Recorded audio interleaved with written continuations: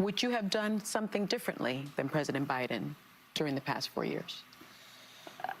There is not a thing that comes to mind in terms of, and I've been a part of most of the decisions that have had impact. Under a Harris administration, what would the major changes be, and what would stay the same? Sure. Well, I mean, I'm obviously not Joe Biden. I noticed. And so that would be one change in terms of... Yes. But also, I think it's important to say with, 28 days to go, I'm not Donald Trump. So you're not Joe Biden, you're not Donald Trump, but nothing comes to mind that you would do differently? Let me be very clear. My presidency will not be a continuation of Joe Biden's presidency. And like every new president that comes into office, I will bring my life experiences, my professional experiences, and fresh and new ideas. I represent a new generation of leadership. I, for example, am someone who has not spent the majority of my career in Washington, D.C.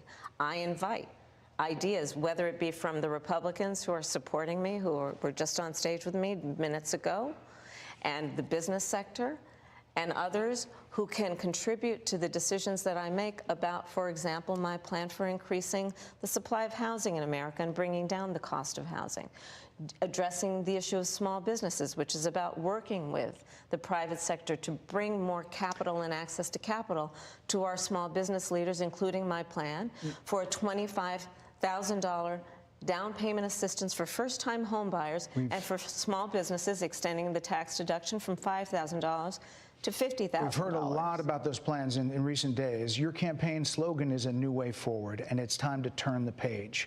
You've been vice president for 3.5 years, so what are you turning the page from?